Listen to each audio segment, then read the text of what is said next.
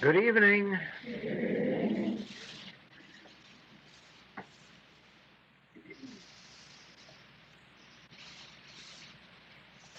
As we come into the first stage of our spiritual unfoldment, we come into probably the most difficult part of our journey. And the reason is, of course, that we have not acquired the habit which must be acquired, the habit of acknowledging Him in all thy ways. This has to become an actual mental and spiritual process.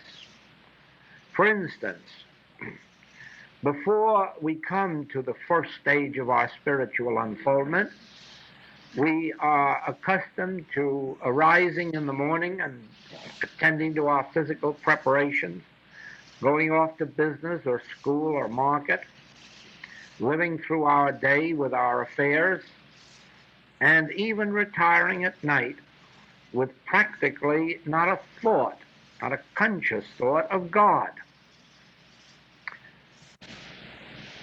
And of course, you know that this is especially true of those who in this last generation have become so attuned to the radio and television that there is very little opportunity left for inner silence, inner stillness, inner periods of reflection and peace.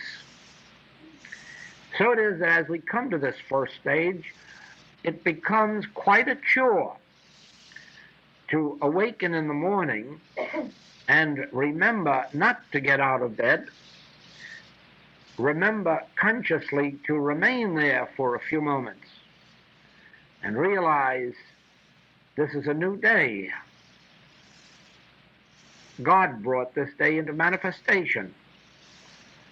The activity of God has turned night into day, has put the moon and the stars to bed, and brought up the sun and the light, the warmth. The tides are changing. The seasons are changing.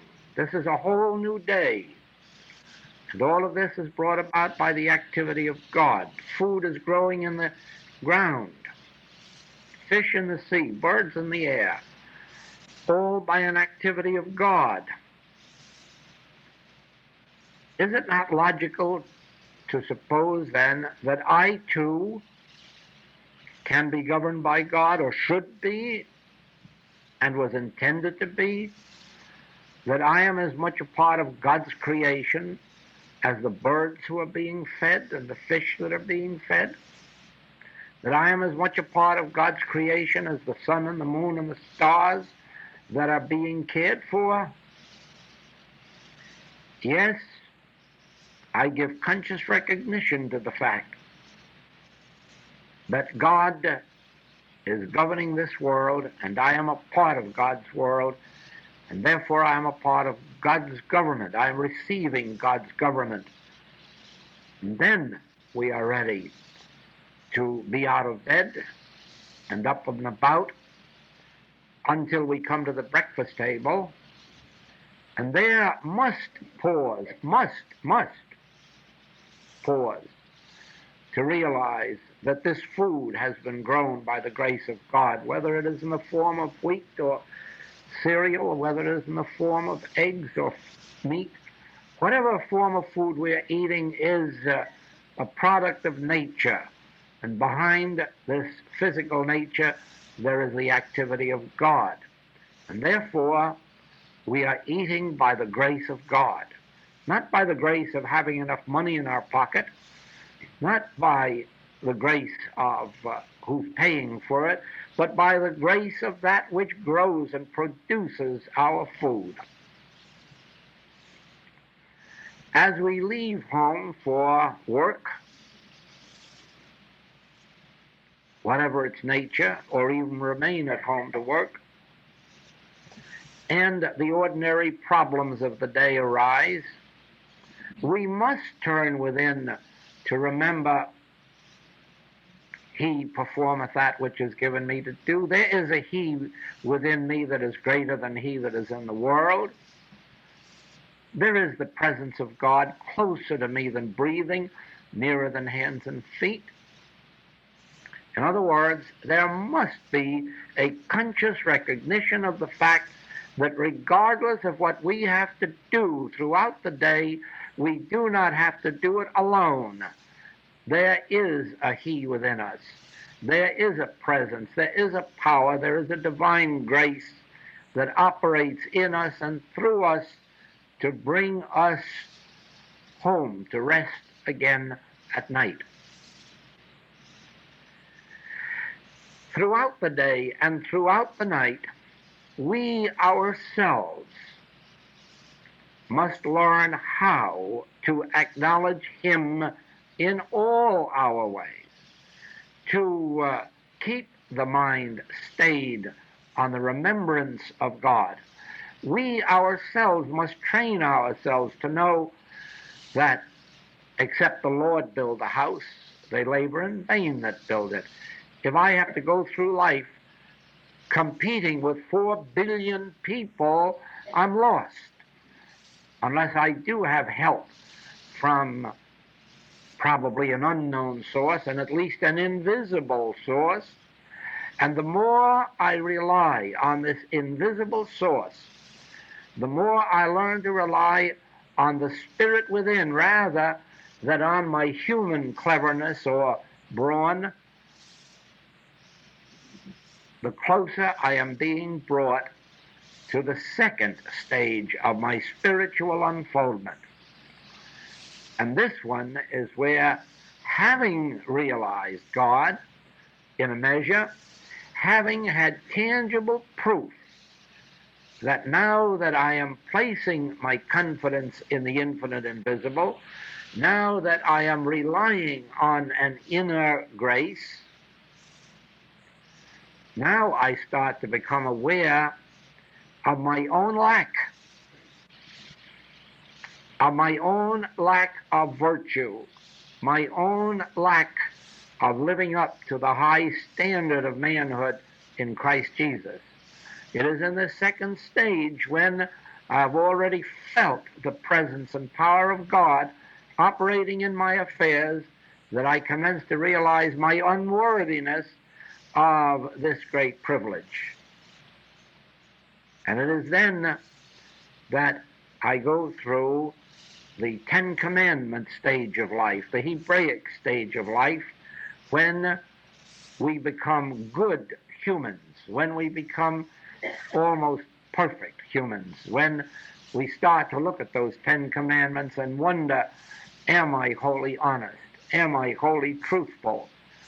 Am I learning to subdue the physical nature, the baser nature of the animal man? And through this second stage of my spiritual unfoldment, I bring myself as high as possible in the scale of human perfection. I become like the scribes and the Pharisees, good men, good women, honorable, religious. Then, through this conscious dwelling on the presence of God, through this constant practice of the presence of God, which leads us to these periods of inner contemplation, inner meditation, in one of those experiences, I reach the center that is within me. I make actual conscious contact. I feel a response come up from within. Sometimes it may come and announce itself in words. I am with you, or I will never leave you. Or some other passage of assurance. At other times it comes only in an awareness. I know now, without knowing why, that there is something within me, something greater than this human expression. And now There is the experience of there being something within me that is no longer a quotation, no longer an affirmation. It is an experience. And that is when we enter this third stage where we find that we are no longer living by the standards of this world. In other words, it's a new dimension of life. It's an entirely different area of consciousness. The values are different. And life is governed not so much by what the outer law is as by what our inner integrity is. And it is at this point that we pass from the law to grace. Now remember that as human beings, we are living under the law. We're living under the law of weather, the law of climate, the law of infection, the law of contagion. We're living under the law of self-preservation. We're living under laws of electricity. We're living under medical laws, even mental laws.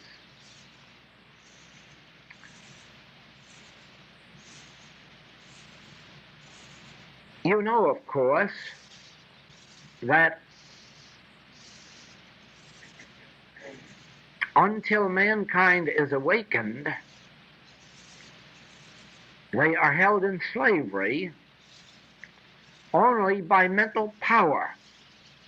It is true that in bringing about a state of slavery, some degree of force may be used here or there, but that wouldn't succeed without a mental subjugation of a people. And we do not realize how the human race is unprotected from this mental power. Those who are acquainted with how this country was brought into World War I will know something about that. It was the will of this people of the United States that we not go into war. It was so definitely their will that the president was reelected on his promise that he had kept us out of war and would keep us out of war. And that was the sole thing that he went to the polls with. And he was elected on that. That was the will of these people of the United States. And within 6 months, they were begging and pleading to be taken into war. Why? Because a propaganda machine had been set up. Moving picture studios were engaged in New Jersey, Long Island, to bring out pictures of the Huns shooting down school children in Belgium and shooting nurses. And atrocity tales were spread in the newspapers until they aroused this public to such an extent that we just clamored for the opportunity of going to war. And why? Oh, we were going to save democracy, and we were going to save Christianity. There wasn't any more democracy or Christianity on one side than there was on the other. But you couldn't have convinced any of us of that at that time. That is mental force and mental power. You know as well as I do how much merchandise is sold through false advertising. And this is mental powers and mental forces against which the world as such has no protection for a time. Now, we live then under physical laws, which aren't really laws, remember, but they operate as law as long as we can be made to believe in them. We live under mental laws, and these are not really laws. They're only laws in our ignorance, and they operate only while we are in ignorance. As we, first of all, then, bring an awareness of a spiritual presence within us, we become more immune to both physical laws and mental laws. We cannot be operated on either by these physical laws or mental laws. We become more and more immune to their operation. Now, as we pass into the third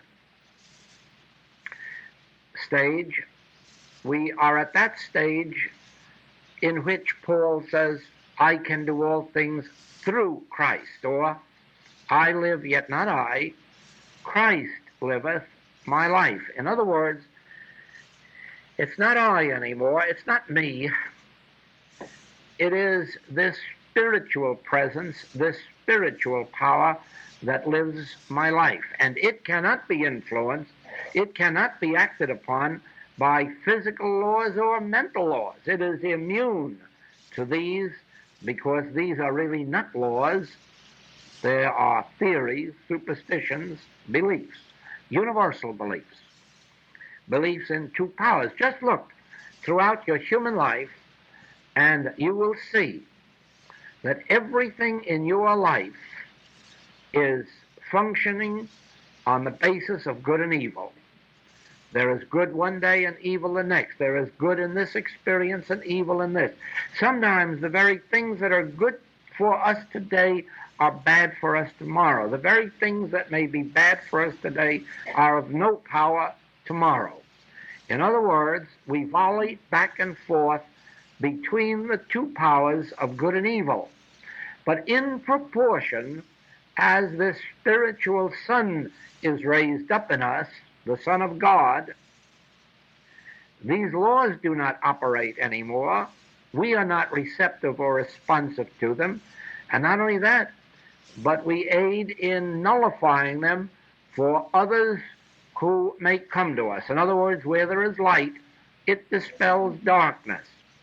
And so in mystical literature, you have that period of life that is described as going from darkness into light, in dying to mortality and being clothed upon with immortality. That is that period at which we pass from living under the law to living under grace. Now, in this experience of grace, where an immunity is developed to the things of law, you can begin to understand that you are living in an entirely different world, because now you don't have to consider the law, you don't have to consider or be concerned, or as the Master said, take thought for your life. You don't have to take thought for your life about what you shall eat or what you shall drink or wherewithal you shall be clothed. You don't have to take thought for your life about your future or the latter years. Why? Because having found the kingdom of God, dwelling now in the kingdom of God, there is something else taking the responsibility for your entire experience. You learn now the government is on his shoulder. Whose shoulder? This spiritual entity or divine sun, which is now raised up in us. In our humanhood, it was dormant, and it stood by and could do nothing. Whether we were robbed, cheated, defrauded, we had to pay the penalty because there was nothing there to save us if our human wisdom wasn't sufficient. Regardless of what wrongs were done to us, regardless of what the weather did to us, regardless of what society did to us, we had to take it. There was no way to come back unless our human wisdom or strength could provide for us. And then the last analysis, it couldn't. When the chips were down, it couldn't. And so it is that as we come to this transcendental presence, as we come to this state, we enter a state of consciousness where we do not have to fight, where we do not have to take thought, where we do not have to oppose error, where we do not have to fight error, where we are not continuously trying to destroy error. Why? Because none of it touches our consciousness. We are not aware of it. Now,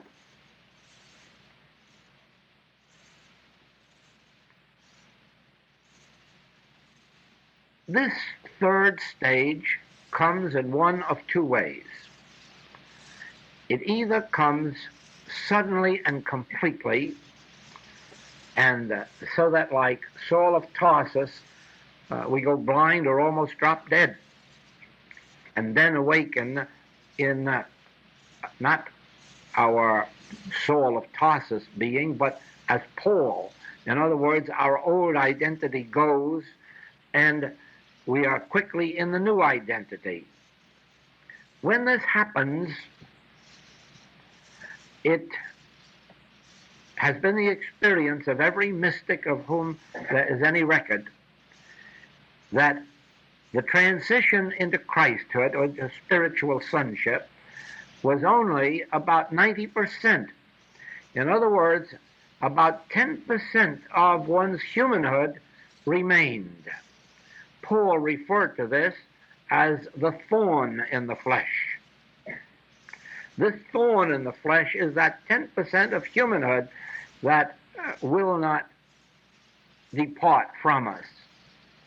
And I believe personally that, and of course this is only true while our period here. It may well be that at some future time the fullness of the Christ, of the Godhead bodily, may be attained.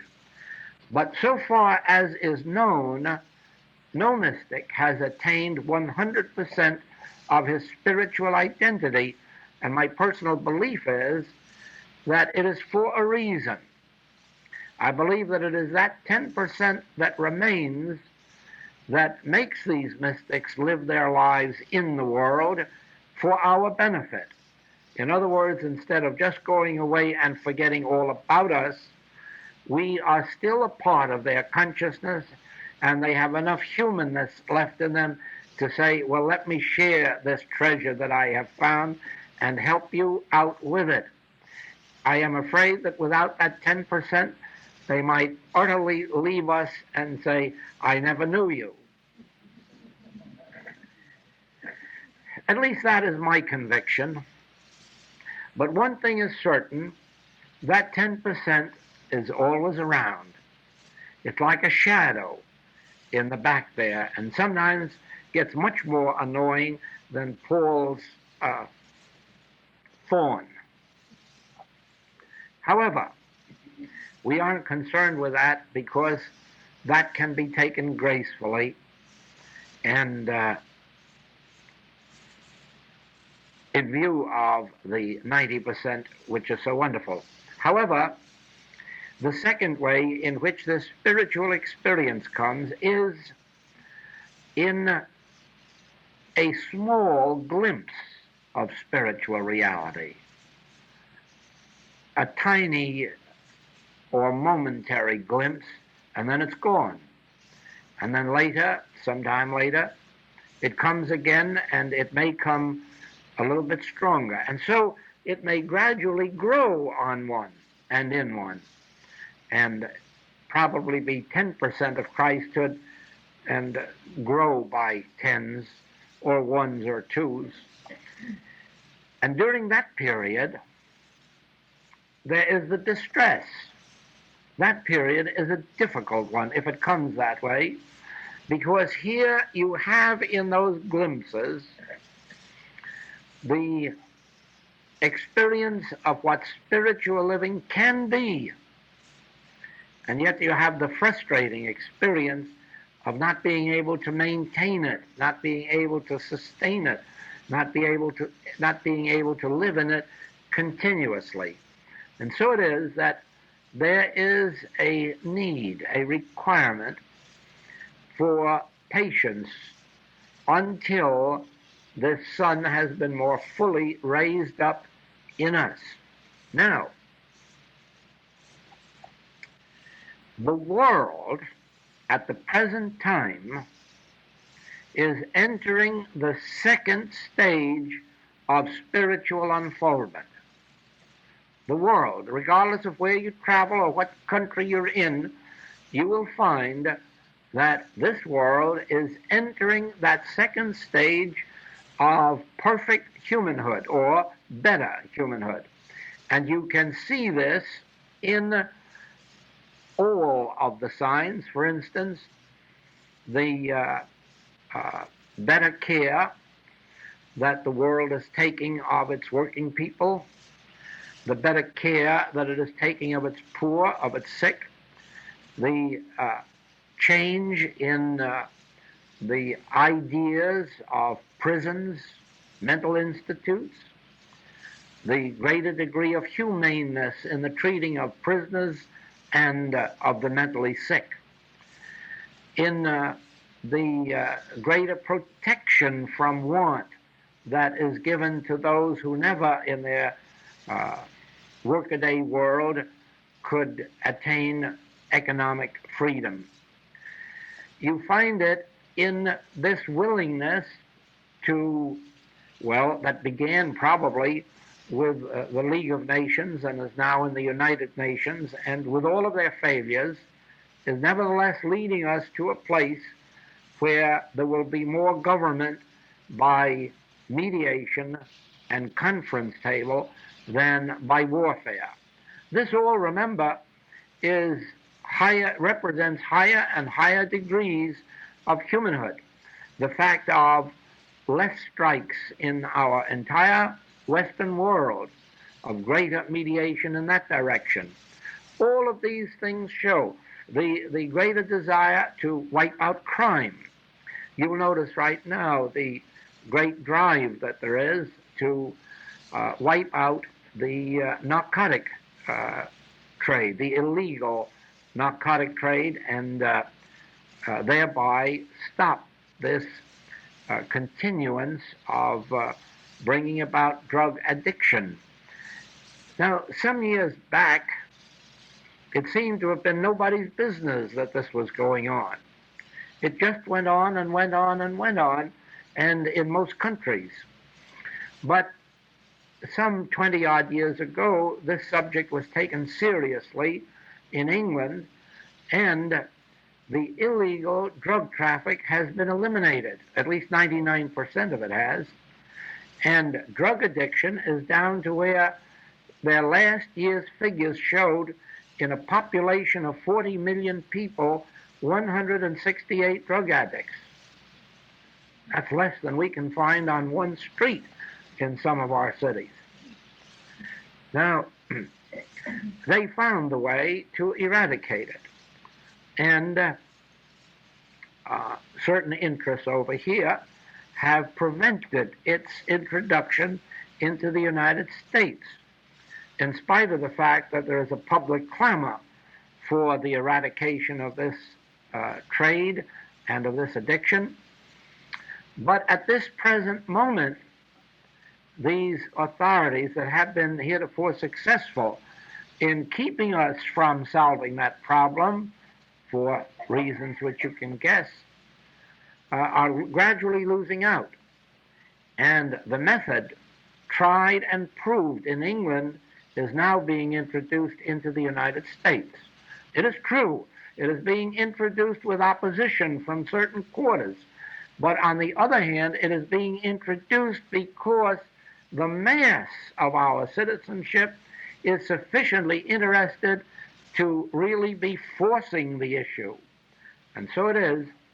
I could go for hours and tell you of my travels in every part of the world and show you that regardless of the troubles that exist on the surface, that underneath the evolutionary process is going on of a lifting toward higher humanhood.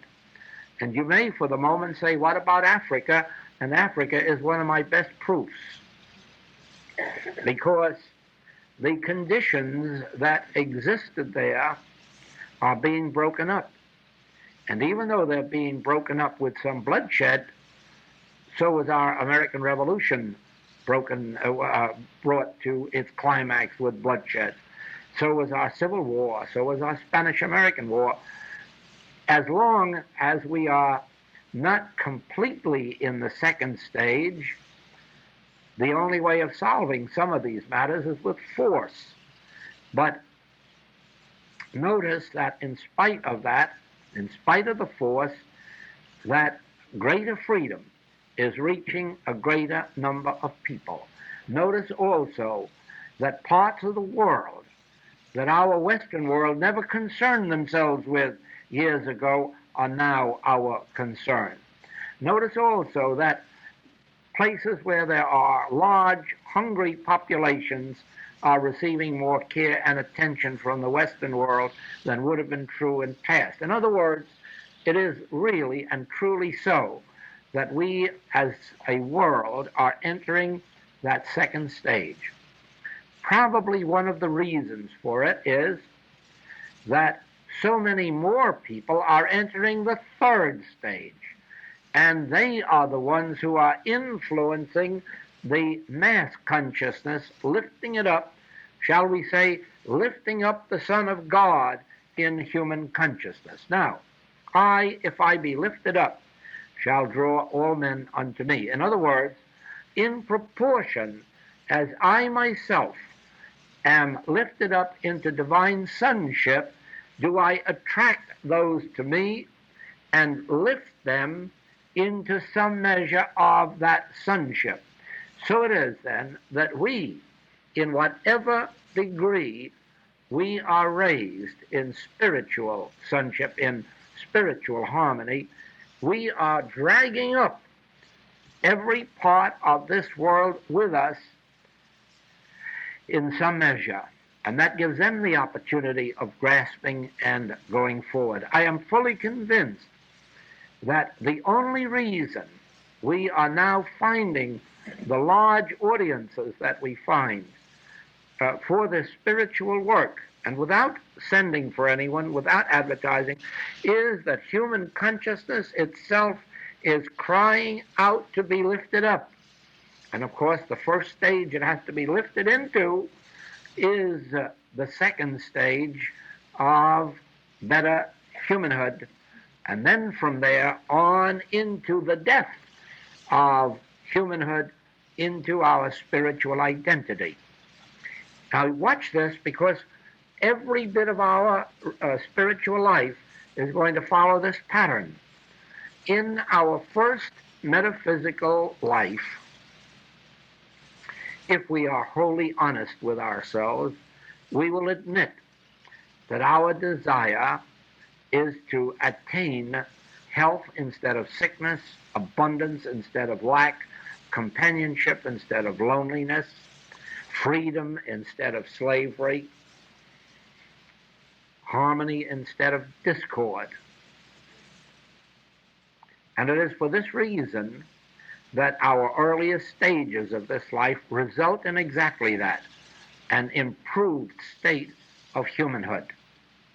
It is only after we have had experience upon experience of increased humanhood and improved humanhood that we say, I still feel something missing. My good health doesn't seem to have given me what I expected of it, or my increased supply doesn't satisfy me, and now I'm sure that even if you double it, that isn't going to satisfy me. Something is missing, and that is when we are ready for that transition from the good humanhood into the death of humanhood and the birth of our spirituality. We speak of dying daily. We speak of putting off mortality, but we do not realize that we mean dying to the good humanity, the good mortality, or putting off complete mortality, even that which is healthful. But that is really what happens. And then begins an era of spiritual living. And here is where you are prepared for the master statement, my kingdom is not of this world. And you commence to realize that you are now in a state of consciousness where you are not experiencing just more and better of the human things of life, but that a new factor has come into life, a new joy. The only way probably that this can be explained is that in our humanhood, we experience pleasure or joy or satisfaction by something that takes place out here. It has to have an objective something to spur it. In other words, if we awaken on Christmas Day and find ourselves especially blessed with wonderful gifts, it arouses a joy in us. Or on our birthday, or perhaps sometime when it's neither Christmas nor birthday, if somebody remembers us beautifully and handsomely, it awakens us a pleasure, a joy, a response. Or if some activity has been successful, we feel a joy. In other words, our joy is prompted from an outer occurrence. But as long as this is true, remember that our sorrow also is spurred by an outer occurrence. In other words, instead of this good that brought joy, the absence of it brings sorrow. And so we are always victims of either sorrow or joy caused by an objective external influence. Whereas, from the moment that this transitional experience starts, joy is something that bubbles up from within without any outer cause, without any outer reason. It is not spurred by anything. It is not prompted by anything. It is a state of being which is incorporated in one. Optimism isn't there because there are some good signs of good crops ahead. Optimism is there because the presence of God is there. And where there is the presence of God, one is absolutely aware of the fact that only good can unfold. There can be no question of that. Now, in this third experience, watch for this. Not only you are not seeking an outer world experience, not only you are not trying to demonstrate an outer world experience, but on the contrary, you receive the inner conviction that this deep breath or click or inner release or peace, that this itself is the demonstration. That when you have attained it, you have attained your goal. You have not attained it for a purpose out here. You have attained it for itself, and it produces the experience on the outer, but this follows just like daylight accompanies the sun. Now, the sun doesn't come and then afterward produce light, but it is the sun itself which constitutes the light. And so it is, you will discover that there is no God to give you health or supply or companionship. There is no God to give you anything. There is a God. And when this spirit is consciously realized, it is the very substance. It is that which constitutes the outer experience. So then, as the sunshine does not come and give us light, but the sunshine is the light, so the grace of God which we receive within does not produce something in the outer plane, but the grace of God we attain within is the very substance of the good that is to appear outwardly, and therefore there is no such thing as the presence of God and a discord. There is no such thing as the presence of God and inharmony. There is no such thing as the presence of God and lack or limitation. God is the meat, the wine, the water, the bread. God is the peace. God is the comfort. God is the health. God is the health of thy countenance, Scripture says. Not God will give you health. God is the health of your countenance. And it does not say God will give you supply. God is supply. And therefore, the only experience necessary is that third stage of our spiritual unfoldment when we have, even if it's a momentary realization of God, even if it's a momentary in a click, don't look outward for anything to happen. Remain satisfied. Now the Spirit is there. Its formation is one with it. Spirit, remember this, Spirit and its outer activity is one. Spirit and its formation is one. Spirit and its creation is one. Spirit does not create in the sense of there being a spirit here and a creation here. Spirit is the substance that appears outwardly as form, not as what we see, hear, taste, touch, or smell as form, but as form. What we see, hear, taste, touch, and smell represents but our concept of that spiritual presence that is here. And that brings me now to this point.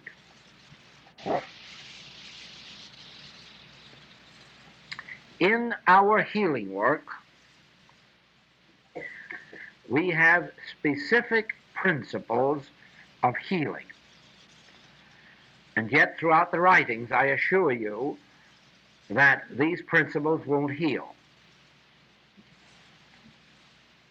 And in case you wonder what their function is to develop the healing state of consciousness in us. They're not meant to heal. They're meant, of course they won't. I can illustrate that for you in 2 seconds. All you have to do is to know that God is all in all, and that evil of any nature is purely illusion, and you have the secret of the mystical life and the healing work. And as you now know, it hasn't done a thing for you. And yet there it is. That's the truth. And let this be the lesson. The effect of truth is not in the knowing of it intellectually, but in the experiencing of it spiritually. Therefore, and this really should have been a basic instruction in every one of the metaphysical teachings, and I don't know how it was ever missed. Truth does not heal. Truth does not enrich. Truth does not improve. Truth does nothing. Truth realized does. God does nothing for this world.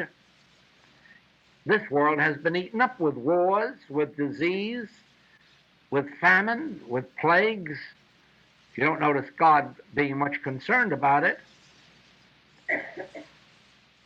We have had murders, we have had rape, we have had every crime in the calendar against mankind, and God does nothing about it. But this is not true where God is realized.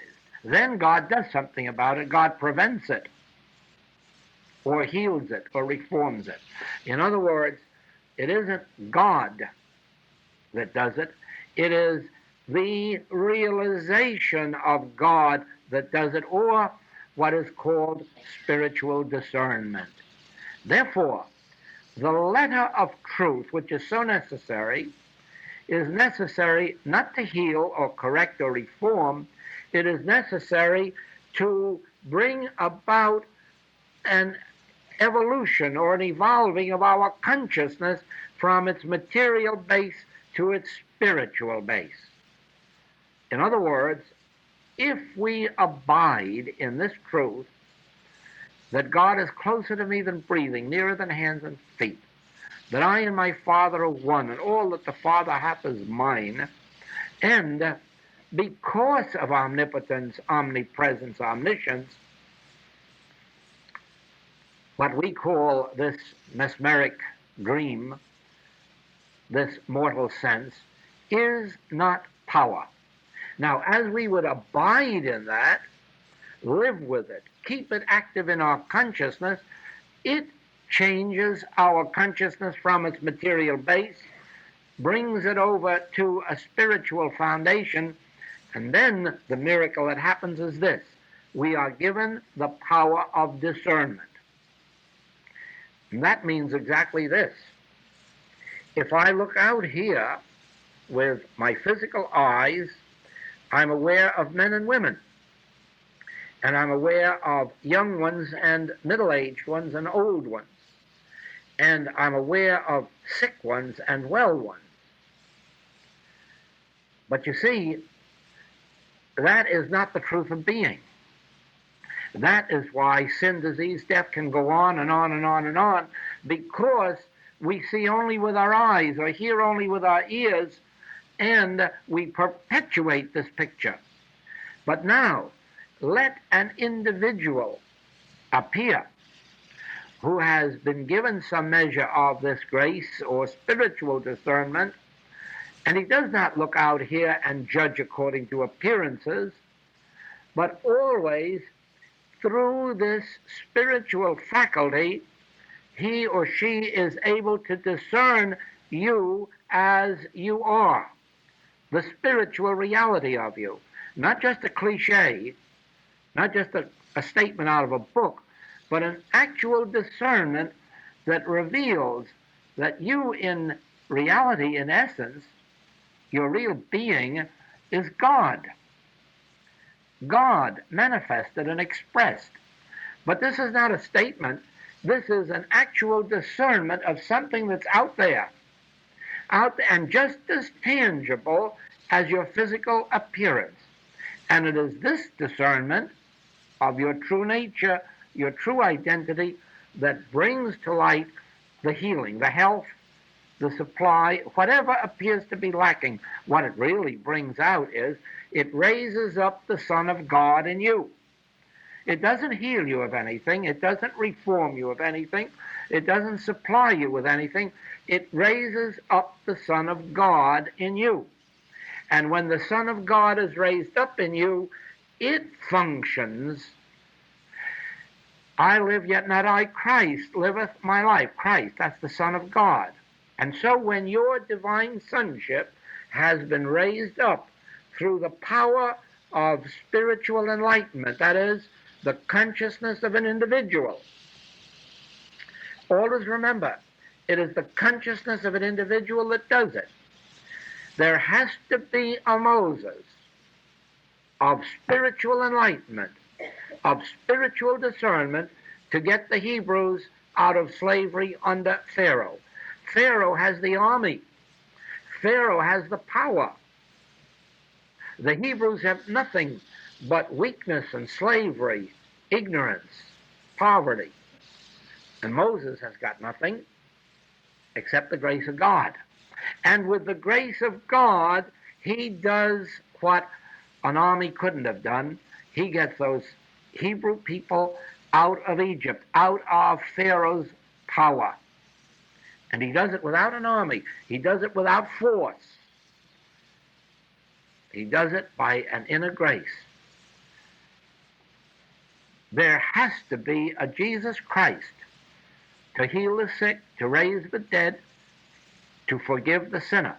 In other words, this spiritual discernment must be individualized as one of us. a man on earth, a woman on earth,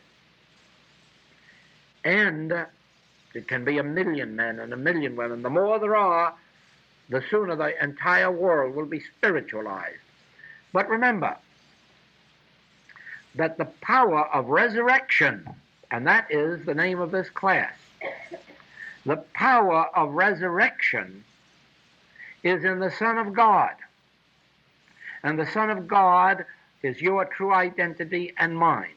And the Son of God raised up in you is the power of resurrection onto your body, onto the lost years of the locust, onto your business, onto your art, onto your profession, whatever it is. The Son of God raised up in you is that presence and that power, and the Son of God is raised up in you by virtue of one or more who have been given that spiritual discernment even in a measure. And that is why I have said that the very fact that there are at least a couple of dozen in this room of those who have been lifted up that far into spiritual discernment, have been the Son of God has been lifted up in them to where Christ governs their lives rather than the law. It is that reason that this entire class is lifted up higher than itself, higher than it was before it came together. In other words, where two or more are gathered together in my name, there am I, the Son of God. And that Son of God in you, it isn't floating around in space.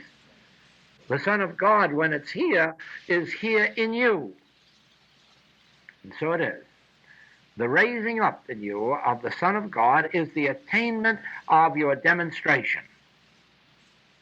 Your demonstration is not good health or good wealth or good companionship or good home.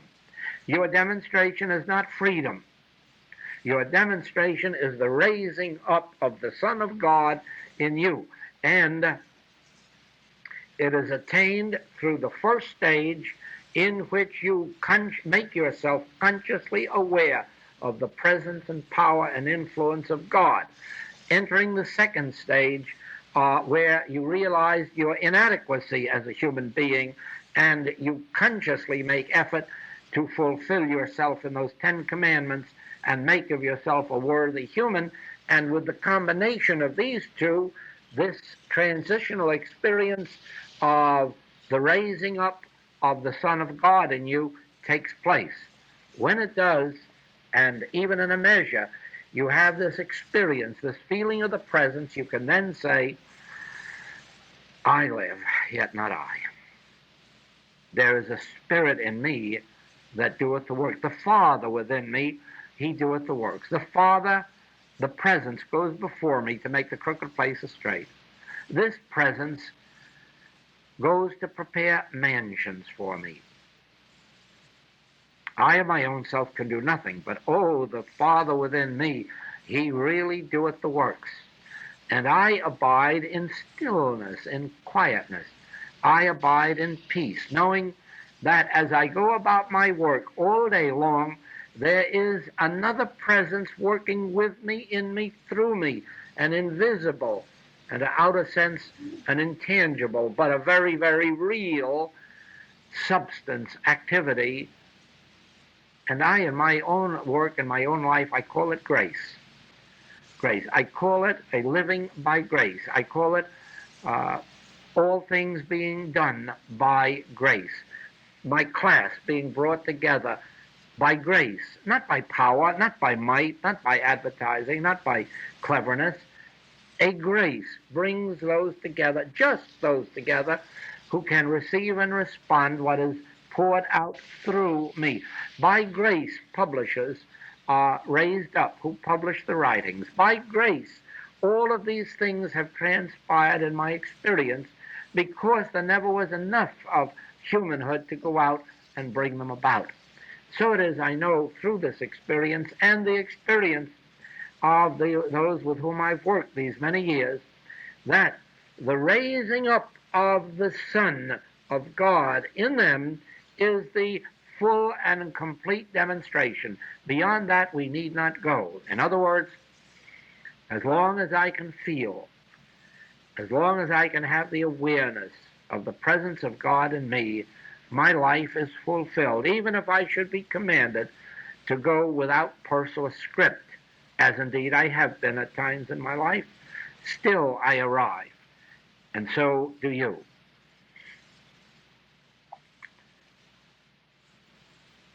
From now on, please remember, the very goal of all infinite way work is the raising up of the Son of God in you. There's nothing else. When that has been attained, you will have attained spiritual home, spiritual harmony, spiritual wholeness, spiritual abundance, and nothing will be lacking on the outer plane either. The attainment of the inner grace is the demonstration of the outer good.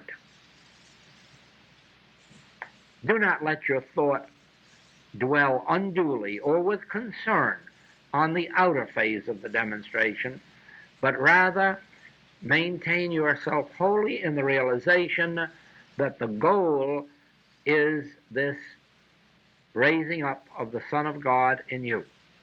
And the reason you know it takes place, or whereby you know it takes place, is this in your meditation, this click, this contact, this release, something, I can't describe it. It differs 10 times a day in 10 experiences. It's never the same twice. But always you can be assured. The question was asked, how do you know when the Christ presence has been attained? You know because it makes itself known. It leaves you unmistakably knowing that there is now a hidden manna. There is now a meat the world knows not of.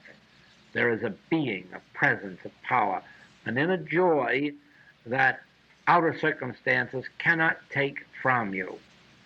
And as a matter of fact, that outer circumstances, no matter how good, cannot give you, because it is spiritual in its nature.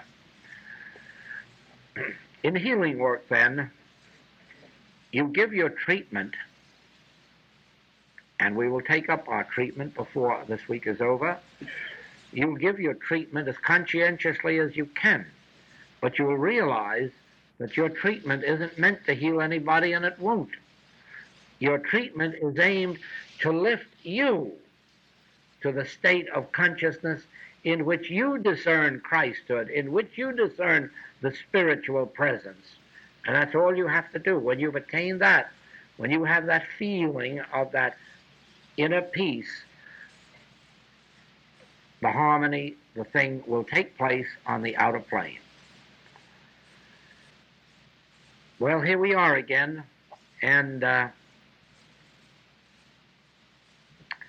let's all pray very diligently tonight that this grace will be with us tomorrow night and have something to say. Thank you.